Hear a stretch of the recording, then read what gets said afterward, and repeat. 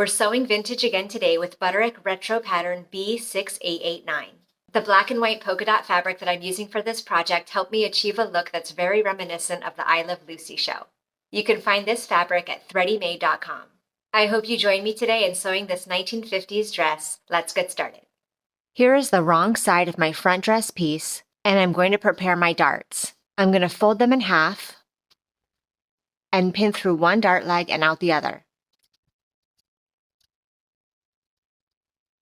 Doing this for both darts. Now I can take these darts to the sewing machine and sew from the top to the point, leaving thread tails at the point so that I can tie them in knots. Once these darts are sewn, you can press them toward the center front.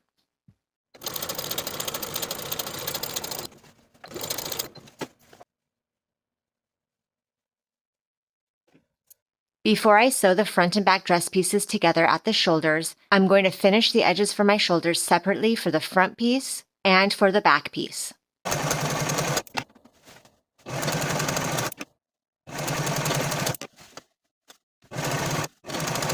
Now I'll place my front and back pieces right sides together and pin the shoulder seams.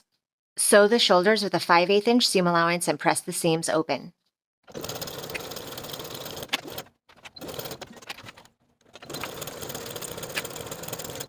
Here is the wrong side of my front dress piece.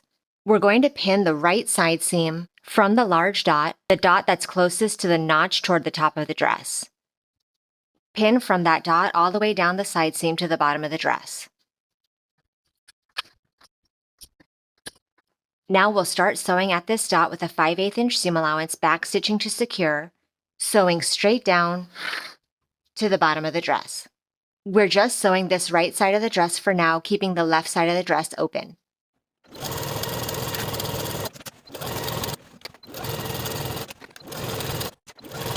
Place one uninterfaced collar piece right sides together with its corresponding interfaced collar piece, and pin in place along the side and bottom curved edge.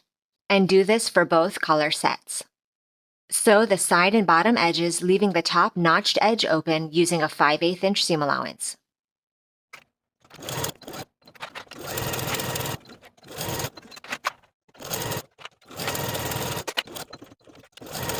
Then we can trim our seams by about half and trim those corners. And then turn these collar pieces right side out, poking out those corners.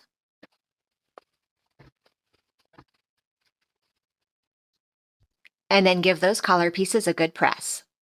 Then we're going to start pinning our collars to the neckline, matching the notches on your collar with the front of the dress, as well as matching the center dots on your collars to the shoulder seam.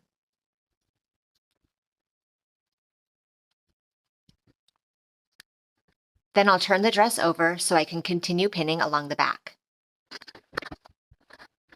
Make sure that you match the back edges of your collar with the dots that you transfer to your neckline from the back pattern piece. And then continue pinning the back neckline in place. And then baste the collar in place all the way around with a 5/8 inch seam allowance.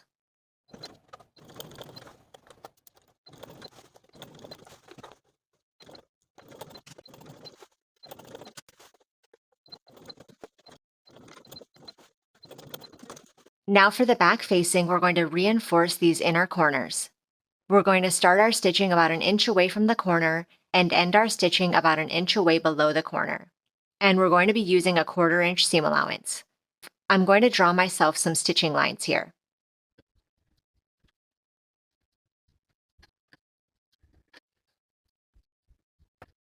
Now I'll take it to my machine and sew with that 1/4 inch seam allowance along my stitching lines.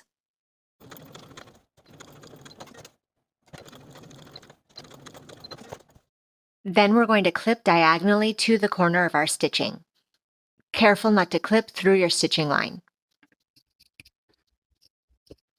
Fuse interfacing to the wrong side of your front-facing piece, and then place your front and back facing pieces right sides together, pinning the shoulder seams. Sew the shoulders with a 5/8 inch seam allowance and press your seams open.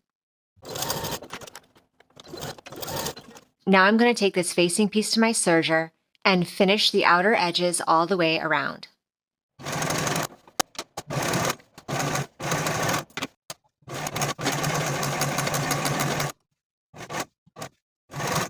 Now that those edges are finished, I'm going to press them to the wrong side by 1/4 inch all the way around. Then I'll take it to my sewing machine and top stitch these folded edges in place all the way around, edge stitching close to my finishing stitches.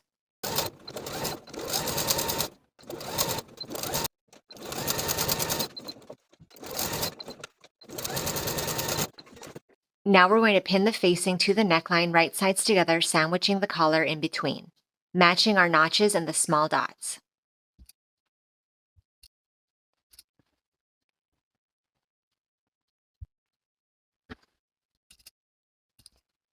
Now we're going to stitch around that neckline with a 5/8 inch seam allowance. For the back facing, you have stitching lines that you transferred from your pattern piece. As we come around that collar with a 5/8 inch seam allowance, we're going to stop at the stitching line and then continue the stitching down the stitching line to the bottom of the V and then right back up until we get to the 5/8 inch seam allowance for the rest of the neckline. Then we'll pivot our stitching and continue stitching the rest of the neckline. You can add more pins down the facing along the center back to make sure that your facing is nicely centered.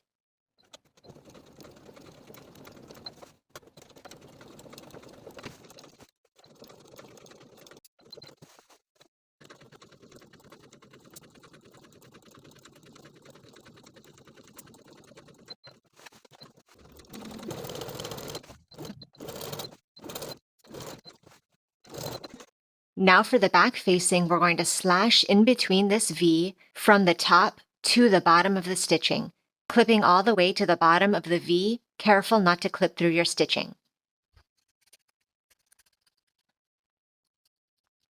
Then we're going to trim the neckline seam allowance.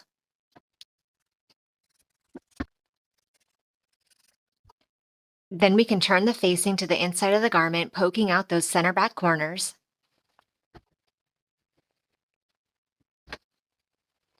And then give that neckline and collar a good press.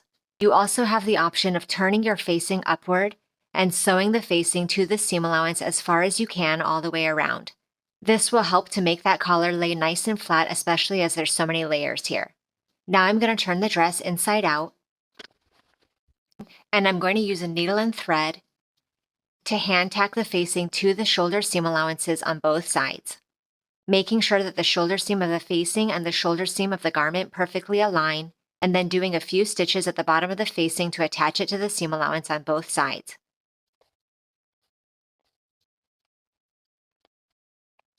And doing that for both shoulder seams. Starting with my right belt, I'm going to fold it in half right sides together and pin the slanted edge and the long raw edge all the way across, leaving the straight raw edge with the dots open for now. Then with a 5/8 inch seam allowance, we're going to sew the slanted edge and the long raw edge all the way across. Repeat the same steps to sew your left belt as well.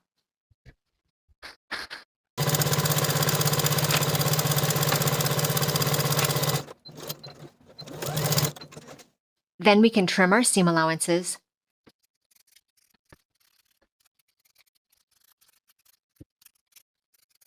and then turn both belts right side out.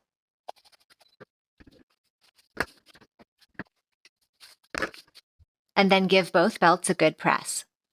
I've gone ahead and applied interfacing to my side band piece, and I've also transferred the dots that indicate where we're going to be placing the belt pieces. Now I'm going to turn the side band to the right side. Then I'm going to take my longer left belt, and I'll place the raw edge of my belt right sides together with the side band along this longer notched edge of the side band and pin in place. And then go ahead and base that left belt in place. Then take your shorter right belt and match the raw edges of this belt along the side of the side band with the curved top edge, matching the dots and pin in place. And then take it to the sewing machine and stitch your right belt in place with a 1/4 inch seam allowance. And then for the right belt side of this side band, we're going to turn it over to the wrong side and press that edge to the wrong side by 1/4 inch, all the way along that side of the side band. Now that that edge is pressed 1/4 inch to the wrong side, we're going to baste that fold in place all the way along that edge.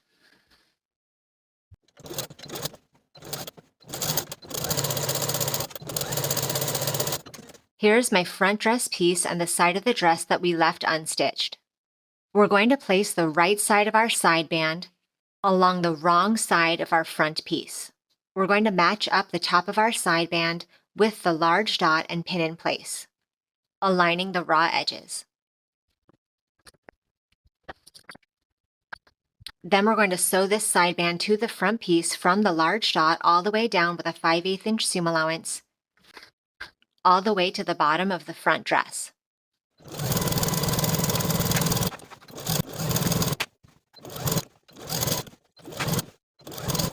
Now that that side band is stitched in place, we're going to clip to the large dot. Then we're going to turn this side band to the right side of the garment, right along that stitching line. Give that a good press. Then we're going to stitch this side band in place.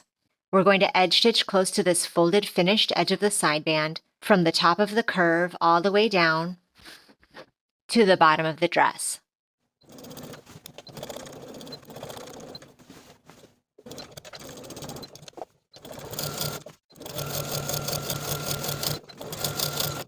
Fold your back underlap in half, right sides together, and pin together the top curved edge. Now we're going to stitch this curved seam along the upper edge with a 5/8 inch seam allowance. Then trim that seam.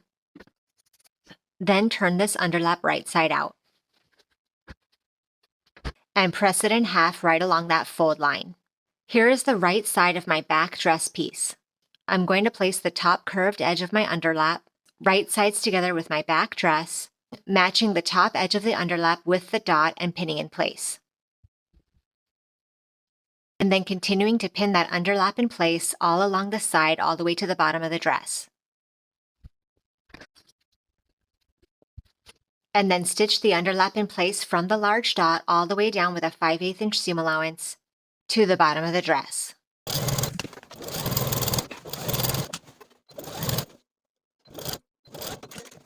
Now, just as we did on the front dress, we're going to clip into this seam allowance to the large dot right along the top of that underlap.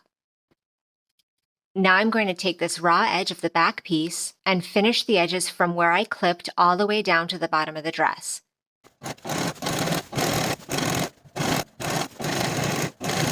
Then I'll turn that seam allowance of the underlap to the inside of the garment and give that seam a good press. Once it's pressed, I'm going to top stitch that seam allowance in place right along that area that we clipped into the seam all the way to the bottom of the dress.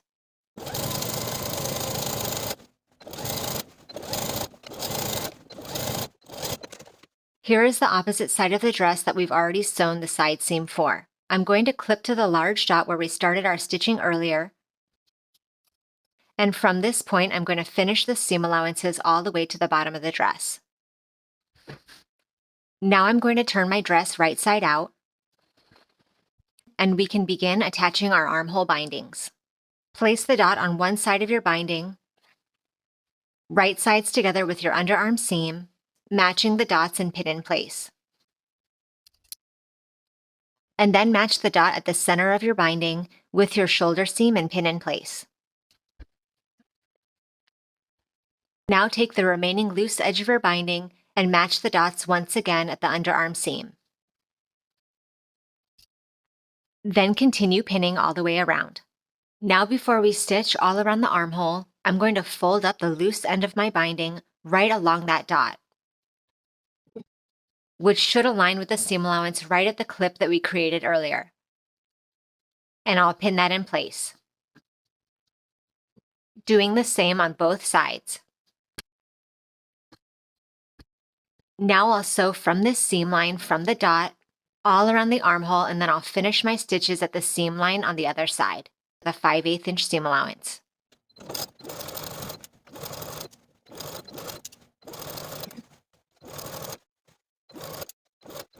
Now that the binding is attached, we can trim that seam allowance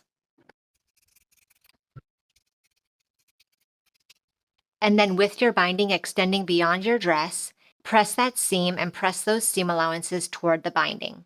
Now I'm going to take the raw edge of the binding and fold it to the seam line, and then on the seam line, and pin in place. And then continue pinning the binding in this way all the way around.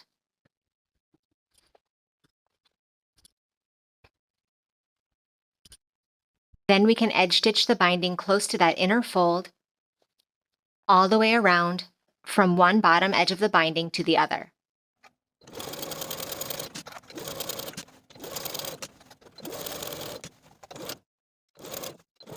I've gone ahead and applied my binding to the open edge of the dress in the same exact way as we applied it on the other side, folding under those short edges at the large dot and pinning in place and sewing with a 5/8 inch seam allowance from dot to dot. Then we're going to continue in the same way as the other side, folding the raw edge to the crease and on the crease and pinning in place. And edge stitch the binding in place along that folded inner edge from one side to the other to finish this binding. Here is the very bottom of my dress. I'm choosing a more shallow hem than the pattern's recommended 3 inches. Instead, I've just rolled the hem up twice, 1/2 inch both times. With that hem in place, I'm going to sew close to this inner folded edge all the way across, all the way to the opposite side.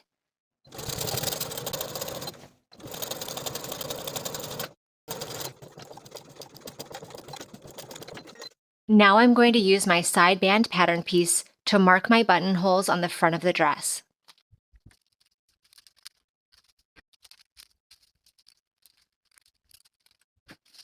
And now I'm ready to sew each of my buttonholes in place.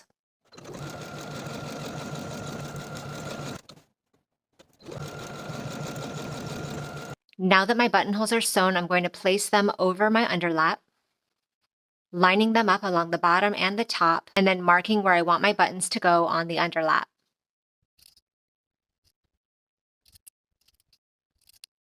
And now I'm ready to sew my buttons in place at the pin markings.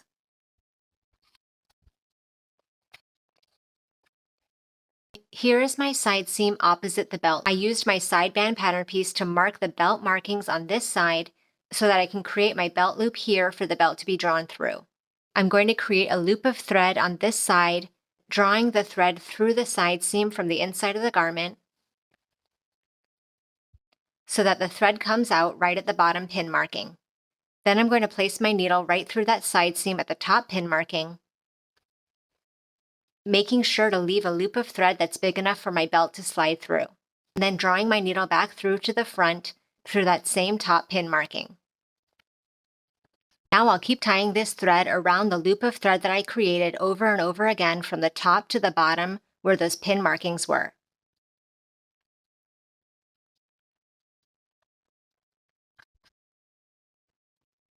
Now I'm going to place my needle back through the seam where it first entered and tie the threads on the inside to finish it off.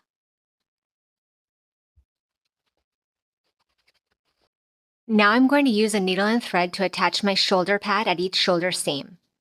I'm going to align the straight edge of the shoulder pad with the notch on my shoulder seam, centering it in place along that seam. And then I'll stitch the center of that shoulder pad to the center seam on both sides of the seam.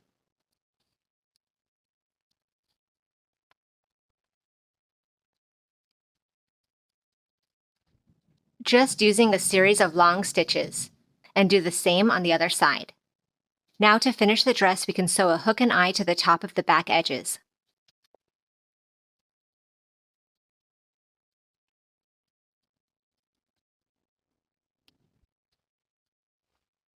And now your dress is complete. Thank you for watching this sew along. Make sure you check out the rest of my video library for more great sewing inspiration, and I'll see you in the next video.